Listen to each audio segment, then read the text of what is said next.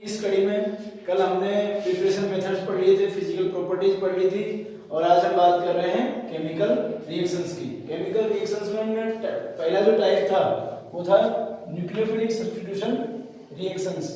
Nucleophilic substitution reactions, यहाँ nucleophile का मतलब क्या है इस पे पहले अपन बात करेंगे, उसके बाद में सब्स्टिट्यूशन क्या होता है समझेंगे। देखिए न्यूक्लियोफाइल दो वर्ड से मिलकर बना है, nucleus and philic. Nucleus means positive charge और फिलिक मींस लविंग, मतलब जो स्पीशीज पॉजिटिव से लविंग होगी। पॉजिटिव से लविंग कौन सी होगी? Negative species. इसका मतलब हमारा जो न्यूक्लियोफाइल होगा वो क्या होगा? नेगेटिव होगा। कौन सा चार्ज होगा? नेगेटिव चार्ज, जिसमें Cl minus, OH minus, SO4 minus, दुनिया के सभी नेगेटिव चार्ज को हमने एक नाम दे दिया न्यूक्लियोफिलिक, न्यूक्लियोफाइल नाम दे दिया, उसको हमने डिनोट कर दिया Nu माइनस से। इस सब्स्टिट्यूशन का मतलब क्या है? सब्स्टिट्यूशन का मतलब है कोई एक कंपाउंड है उसको दूसरे की जगह पर रिप्लेस कर रहे हैं, एक को हटा रहे हैं उसकी जगह दूसरे को वहां ऐड कर रहे हैं, जो हमने प्रीवियस क्लासेस में पढ़ा था, छोटी क्लासों में खूब पढ़ा हुआ है। आगे चलते हैं हम। SN nucleophilic substitution reactions two types की है, SN1 and SN2। What is the meaning of SN1? SN1 is known as unimolecular substitution reaction and SN2 bimolecular nucleophilic substitution reactions। Hindi में बात करें तो एक अणुक नाभिक स्नेह प्रतिस्थापन अभिक्रिया, द्विअणुक नाभिक स्नेह प्रतिस्थापन अभिक्रिया। पहले बात करते हैं SN1 की।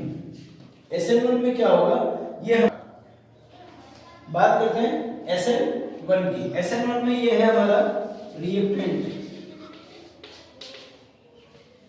एल्किल हैलाइड है। फर्स्ट स्टेप होगी वो होगी स्लो स्टेप। इसमें फर्स्ट स्टेप में क्या होगा? फर्स्ट स्टेप में En का डिफरेंस होने के कारण, यहाँ En का डिफरेंस है तो ये मोर En होने के कारण ये पार्शियल नेगेटिव हो जाएगा और ये पार्शियल पॉजिटिव हो जाएगा। तो स्लो स्टेप में ये डिसोसिएट हो गए, टूट के कार्बन पॉजिटिव बना देगा और X माइनस नेगेटिव बना देगा।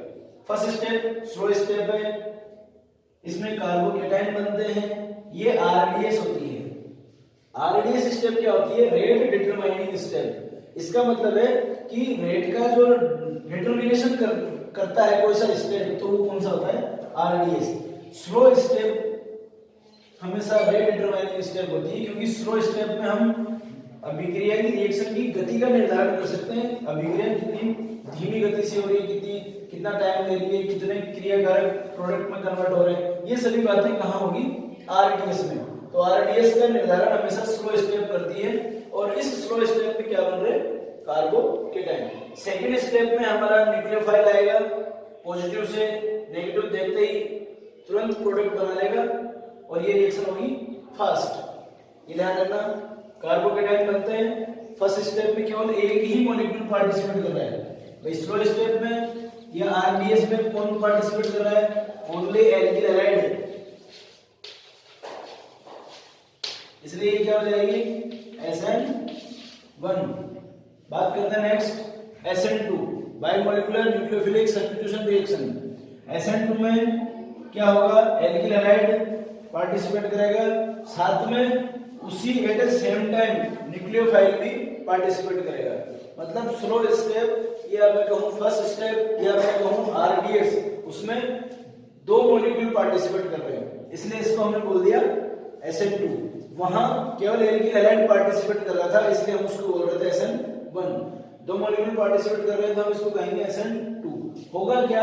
न्यूक्लियोफाइल एक नेगेटिव चार्ज है तो ये बड़ा मॉलिक्यूल है, बल्क अमाउंट में है और हमारा X ये भी बड़ा एलिमेंट है, तो जब ये यहाँ ऐड होने आएगा तो इसके पास में स्टेरिक हिंड्रेंस होगी, जिसको हम कहें त्रिविम बाधा। स्टेरिक हिंड्रेंस को नॉर्मल शब्दों में कहूं तो ट्रैफिक जाम बोलते हैं। यहाँ बड़ा मॉलिक्यूल है और यहाँ भी बड़ा मॉलिक्यूल है, तो ये इसको रिपल करेगा, यहाँ ऐड नहीं होने देगा, तो ये जगह ढूंढेगा जुड़ने के लिए कि मैं कहां से अटैक करूं, कहां जुड़ूं। तो ये यहाँ नहीं जुड़ने के कारण कहां से अटैक करता है? बैक साइड अटैक, पीछे से अटैक करता है। इसका मतलब SN2 में क्या होता है? बैक साइड अटैक होता है। इस बैक साइड अटैक से क्या होगा? कॉन्फ़िगरेशन चेंज होगा।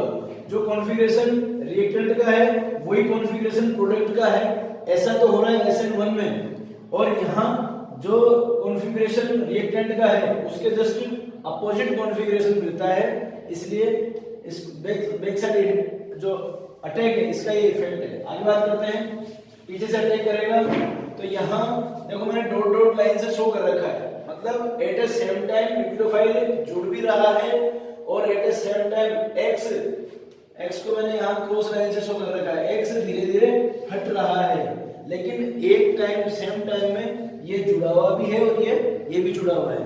इट मींस यहाँ जो कार्बन की वैलेंसी है वो 5 है और कार्बन की 5 वैलेंसी है तो क्या होती है अनस्टेबल, इसलिए इस कंडीशन को हम बोलते हैं ट्रांजिशन स्टेट। यहाँ ट्रांजिशन स्टेट बनता है स्लो स्टेप में, फर्स्ट स्टेप में, आरडीएस में, वहां SN1 में, स्लो स्टेप में, फर्स्ट स्टेप में और आरडीएस में कार्बोकेटाइन बनते हैं। ध्यान रखना डिफरेंस भी आ जाता है, कई बार क्वेश्चन SN1 से आता है, SN2 से आता है, दोनों का डिफरेंस आता है।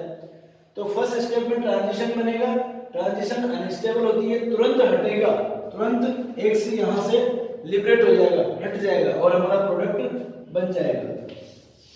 खास बात क्या है, इसमें वाल्डन इन्वर्जन होता है, वाल्डन साइंटिस्ट का नाम है और इन्वर्जन का मतलब है कॉन्फ़िगरेशन का अपोजिट होना।